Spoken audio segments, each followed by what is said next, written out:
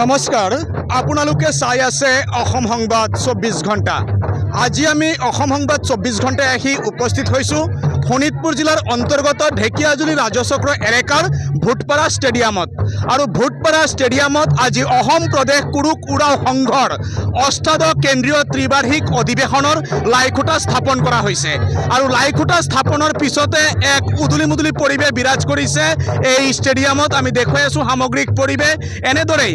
আজি লাইখুঁটা স্থাপনৰ পিছত উৰাও সমাজৰ আৱল বৃদ্ধ বনিতা যুৱক যুৱতী সকলোৱে নাচি বাগি আনন্দত আত্মহাৰা হৈছে।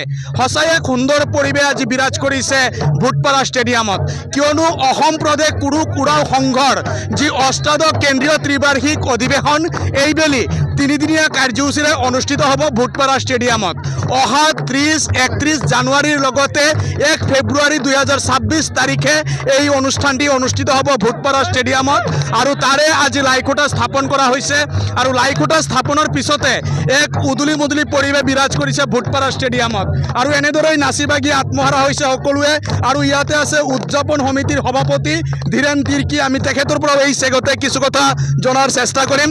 দেখা গৈছে অসম প্ৰদেশ কুৰুক উৰাও সংঘৰ অষ্টাদশ কেন্দ্ৰীয় ত্ৰিবাৰ্ষিক অধিৱেশন অনুষ্ঠিত হ'ব ভূতপাৰা ষ্টেডিয়ামত। আৰু তাৰ আজি লাইখুঁটা স্থাপন কৰিলে। আৰু আজি এক যেন উদুলি মুদুলি পৰিৱেশ বিৰাজ কৰিছে ভূতপাৰা ষ্টেডিয়ামত। কি ক'ব? হয়, আজি আমি লাইখুঁটা স্থাপন কৰিলোঁ। আৰু আমি আজিৰ পৰা আমাৰ আৰম্ভণি আৰু আজিৰ পৰাই আমাৰ যুদ্ধকালীনভাৱে যি আমাৰ অনুষ্ঠিত হ'ব অহা জানুৱাৰী 30 আৰু 31 আৰু 1 ফেব্ৰুৱাৰী এই তিনিদিনীয়া কাৰ্যসূচীটো ঐতিহাসিক অধিৱেশন কাৰ্যসূচী আমি ৰূপায়ণ কৰিম প্ৰচেষ্টা। আৰু আমাৰ ৰাইজ স্বতঃস্ফূৰ্ত ওলাই আহিছে।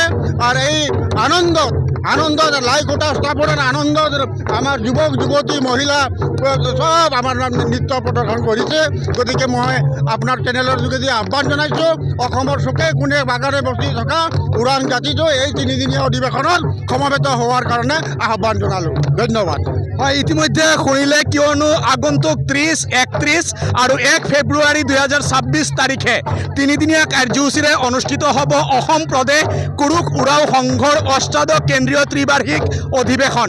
আৰু ত্ৰিবাৰ্ষিক অধিৱেশনৰ আজি লাইখুঁটা স্থাপনৰ পিছতে এক মাংগলিক পৰিৱেশ দেখিবলৈ পোৱা গৈছে এই ষ্টেডিয়ামত। আৰু ষ্টেডিয়ামত এনেদৰেই আৱল বৃদ্ধ বনিতা জীয়ৰী বোৱাৰী সকলোৱে নাচিছে। উৰাও সমাজৰ প্ৰতিগৰাকীয়ে নাচি ইয়াত আনন্দত আত্মহাৰা হৈছে। সঁচাই এক সুন্দৰ পৰিৱেশ বিৰাজ কৰিছে আজি ভূতপাৰা ষ্টেডিয়ামত। আজি যেন এক উৎসৱমুখৰ পৰিৱেশ হৈ পৰিছে ভূতপাৰা ষ্টেডিয়ামত। আৰু ইয়াত খন্তেক সময় পূৰ্বে উপস্থিত আছিলে শোণিতপুৰ লোকসভা সমষ্টিৰ সাংসদ ৰঞ্জিত দত্ত। আৰু ৰঞ্জিত দত্তই লাইখুঁটা স্থাপনৰ পিছতে এতিয়া আৱল বৃদ্ধ বনিতা জীয়ৰী বোৱাৰী সকলোৱে নাচি বাগি আনন্দত আত্মহাৰা হৈছে। আৰু ইয়াতে আছে নাচনীসকল। আমি তেখেতলোকৰ পৰাও কিছু কথা জনাৰ চেষ্টা কৰিম। কি ক'ব আজিৰ দিনটোত? হয়, আজি লাইখুঁটা স্থাপন কৰা হৈছে। আগন্তুক আমাৰ জানুৱাৰী 30, 31 আৰু ফেব্ৰুৱাৰী 1 তাৰিখে অসমজোৰা আমাৰ কুৰুক উৰাও সংঘৰ অধিৱেশন পতা হৈছে। গোটেই অসমৰ ৰাইজে হিলদল ভাঙি আহি আমাৰ ইয়াত যোগদান দিয়ক, তাকে কামনা কৰিছোঁ। হয়, ইতিমধ্যে শুনিলে, সকলোৱে আহক উৰাও সমাজৰ যি অধিৱেশন অষ্টাদশ কেন্দ্ৰীয় ত্ৰিবাৰ্ষিক অধিৱেশনত তাৰে কামনা কৰিছে।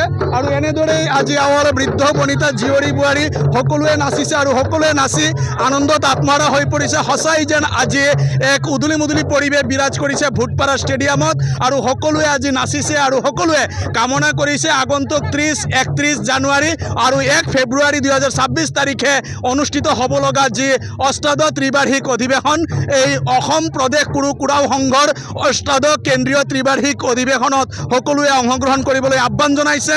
আৰু আমি দেখুৱালোঁ সামগ্ৰিক পৰিৱেশ ভূতপাৰা ষ্টেডিয়ামৰ পৰা। আৰু সকলোৱে অসম সংবাদ 24 ঘণ্টা চাই থোৱাৰ কাৰণে মই প্ৰশান্ত বৈশ্যই ভূতপাৰা ষ্টেডিয়ামৰ পৰাই সকলোলৈ ধন্যবাদ জ্ঞাপন কৰিছোঁ।